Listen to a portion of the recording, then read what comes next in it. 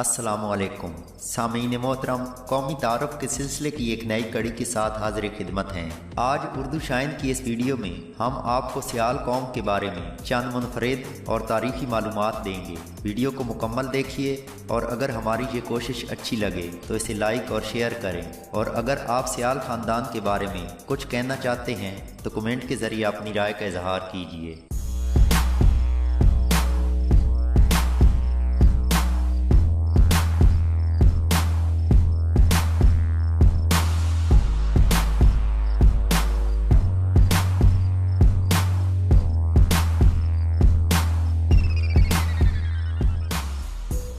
नाजरीन मोहतरम, सियाल राय शंकर की औलाद हैं जो एक पनवार राजपूत थे। पनवार दारा नगर के रहने वाले थे। दारा नगर अल्लाहाबाद और फतेहपुर के दरमियान वाक़ है। वहाँ से पनवार राजपूतों का एक गिरोह नकल मकानी करके जामपुर में आबाद हुआ और यूं जामपुर में राय शंकर की पैदाइश हुई। कहा जाता है कि इस शंकर राय के 3 बेटे थे जिनके नाम सेव, गेव और टेव थे, और राय शंकर के ये तीनों बेटे 3 बड़ी राजपूत कौमों के बानी बने। सेव से सियाल, गेव से घेबे और टेव से टिवाने वजूद में आए। इस लिहाज से गोया सियाल, टिवाने और घेबे हम नस्ल और भाईबान हैं। ताहम घेबे इस रिवायत को तस्लीम नहीं करते और अपनी असल मुगल बताते हैं। बारकैफ सियालों ने झंग को आबाद किया, टिवानों ने शाहपुर में सकूनत अख्तियार की, जबकि घेबों ने पिंडी घेब आबाद किया। दोस्तों, अलाउद्दीन घौरी ने जब हिंद पर धावा किया तो राजपूतों के कई गिरोह हिंद से नकल मकानी करके पंजाब में दाखिल हुए। उस दौर में राय शंकर के बेटे सेव ने भी पंजाब की तरफ नकल मकानी की।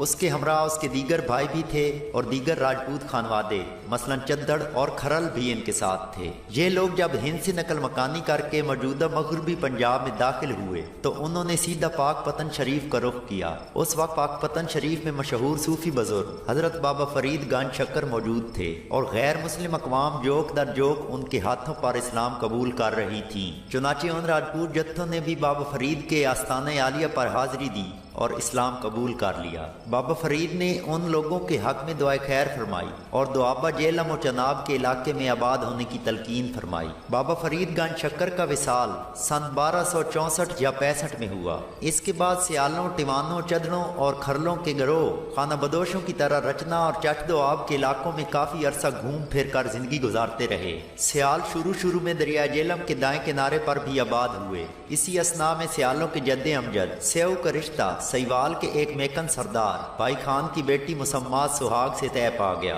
इसके बाद सियालों ने सियालकोट के इलाका में भी अपना एक कला तामीर कर लिया और काफी अरसा वहां आबाद रहे, और बाद में तरक्की और कुव्वत हासिल करके शाहपुर, जेलम, मनकेरा और गढ़ महाराजा के इलाकों पर भी तसल्लुत हासिल कर लिया। नाजरीन, सियालों का असल मस्कन और मरकज झांग का जनूबी इलाका रहा है जो दरियाए चनाब के बाएं जानिब दरियाए रावी तक फैला हुआ है। कदीम दौर में रावी के दोनों किनारों पर सियालों की अक्सरियत रही है। सियाल हिंदुस्तान में भी कसरत के साथ आबाद हैं, जबकि उनके मज़ाहिब सिख मत और हिंदू मत हैं। नाजरीन, माजी में सियाल कौम खाना बदोश रही है और इस कौम की मईशत का दारोमदार गल्लाबानी पर रहा।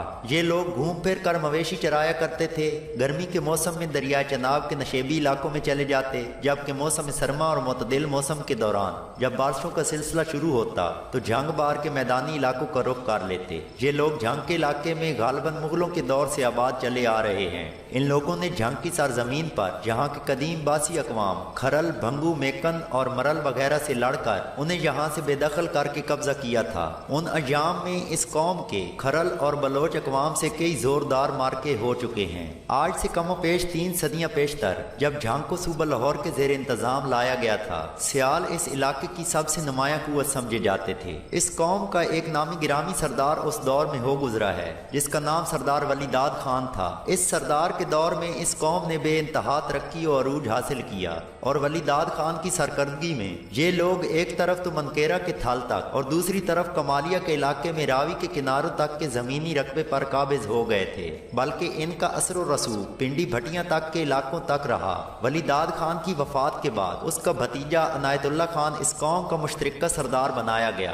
ताहम अनायतुल्ला ना तो इंतजामी लिहाज से वलीदाद खान का हमपल्ला था और ना ही अस्करी एहलियत تربیت کے لحاظ سے। پھر سونے پہ سہاگا یہ ہوا کہ اسے ایک طرف سے بھنگی قوم کے سکھوں کی جلغار کا مقابلہ کرنا پڑا تو دوسری طرف ڈال دیا، اور اس کے ساتھ ہی سیالوں کا شیرازہ بکھر گیا اور گویا ایک آزاد ریاست ان کے ہاتھ سے نکل گئی۔ ناظرین، سیال قوم کی بے شمار ذیلی شاخیں ہیں۔ مسٹر سٹیڈ مین کا کہنا ہے کہ جھنگ کے ضلع میں جس قوم کے نام کے آخر پر آنا کا لفظ آتا ہے وہ سیالوں ہی کی شاخ ہے۔ بہرکیف ان کی چند مشہور و معروف ذیلی گوتوں میں دولتانہ، دوانا، کملانہ، پنجوانہ، سسران، مرالی، ہراج، تھراج، سرگانہ، سمپال، فتیانہ، تیرانہ اور دادوانہ کے نام شامل ہیں۔ ملتان کے سیال تحصیل کبیر والا میں آباد ہیں، یہاں ان کے گاؤں دریا راوی کے دونوں کناروں پر پھیلے ہوئے ہیں۔ اس جگہ آباد ہونے سے پہلے یہ لوگ چونترا کے علاقے میں بھی آباد رہے۔ ناظرین، سیال پنجاب کی بہت بڑی اور اہم قوم ہے۔ یہ قوم سب سے زیادہ جھنگ میں آباد ہے، بلکہ ضلع جھنگ کو پنجابی میں بڑے بوڑھے جھنگ سیالہ دا کے نام سے یاد کرتے ہیں۔ دوسرے نمبر پر یہ لوگ ملتان اور اس کے نوائی اضلاع میں آباد ہیں۔ تاہم پنجاب کا کوئی ایسا ضلع نہیں جہاں سیال نہ پائے جاتے ہوں۔ یہ لوگ سیالکوٹ، لاہور، گجرانوالا، راولپنڈی، جیلم، گجرات، شاہپور، سرگودا، ملتان، فیصل آباد، سائیوال اور مظفر گڑھ کے اضلاع میں خاطر خواہ تعداد میں آباد ہیں۔ علاوہ ازیں ڈیرہ اسماعیل خان، ڈیرہ غازی خان اور بنو میں بھی یہ کافی تعداد میں آباد ہیں۔ ڈیرہ جات میں تو یہ وہاں کی آبادی کا بہت بڑا حصہ سمجھے جاتے ہیں اور وہاں ان کی کئی اپنی گڑیاں آباد ہیں۔ پنجاب میں بھٹی قوم کے بعد سب سے زیادہ آبادی سیالوں کی ہے۔ پنجاب کی تاریخ میں ان لوگوں کو خصوصی اہمیت حاصل رہی ہے، خصوصاً پنجاب کے مشرقی میدانی علاقوں میں یہ لوگ اپنے پڑوسی و ہم اثر اقوام میں بے حد نمایاں مقام رکھتے ہیں۔ مسٹر سٹیڈ مین نے بجا کہا تھا کہ ضلع جنگ کی جدید تاریخ صرف اور صرف سیال قوم سے عبارت ہے۔ اس کے ساتھ ہیر رانجھا کا مشہور قصہ تو آپ نے سنا ہی ہوگا۔ دوستو، ہیر کا تعلق بھی سیال قوم سے ہی تھا۔ اس کے ساتھ ہی ہماری ویڈیو مکمل ہوئی۔ ویڈیو کے آخر میں ایک ریکویسٹ کہ تاریخ میں ہمیشہ اختلاف پایا جاتا ہے اور مورخین نے ایک ہی قوم یا فرد کو مختلف انداز میں لکھا ہوتا ہے اور تاریخ کبھی مکمل نہیں ہوتی۔ اگر ویڈیو میں کوئی کمی رہ گئی ہو تو کمنٹ کے ذریعے اپنی رائے کا اظہار کیجیے۔ اگر ویڈیو اچھی لگے تو اسے لائک اور شیئر کریں اور ہمارے چینل کو ضرور سبسکرائب کریں تاکہ آنے والی تمام ویڈیوز سب سے پہلے آپ تک پہنچ سکیں۔ ویڈیو دیکھنے کا شکریہ۔ اللہ حافظ۔